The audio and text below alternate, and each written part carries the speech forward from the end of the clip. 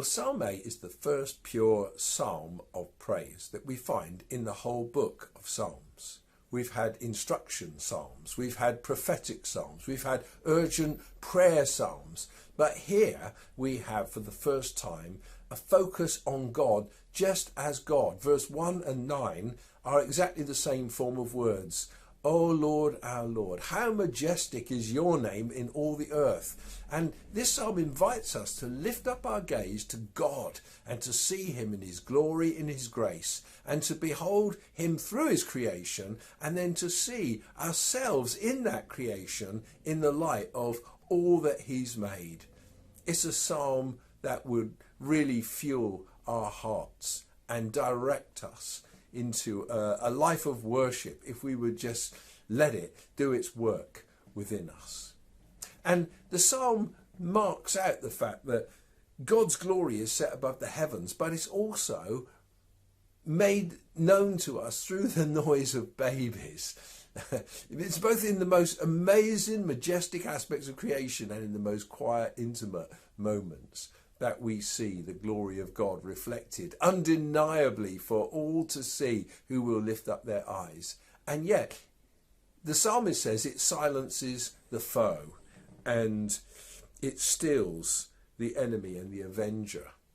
Therefore, we're not in a neutral world where everybody just beholds the glory of God and the godness of God and celebrates this with overflowing joy, but we are in a place of conflict where our faith is assaulted and where God is assaulted.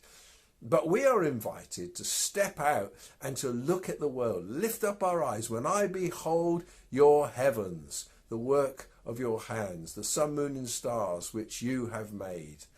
We're to do that, but I wonder whether we do. It's not so easy these days to step out and look at the heavens. We live busy lives. We have so much going on, and with all the created light that's around us, it's hard to see the glory of God in the creation. Sometimes we need to get out of town and into a remote area in order to catch a glimpse of the heavens. But if we will, on a regular basis, look at creation. If you can't see the heavens, you can see the flowers, the birds, the trees. Go to somewhere where you're more intimately connected with nature and stop for a moment and just contemplate.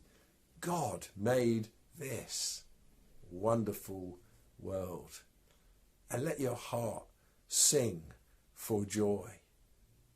But the psalmist tells us that God has placed us, man, to care for this world. You've made us a little lower than the angels, the heavenly beings, but you've crowned us with splendor and with honor and given dominion over the work of your hands.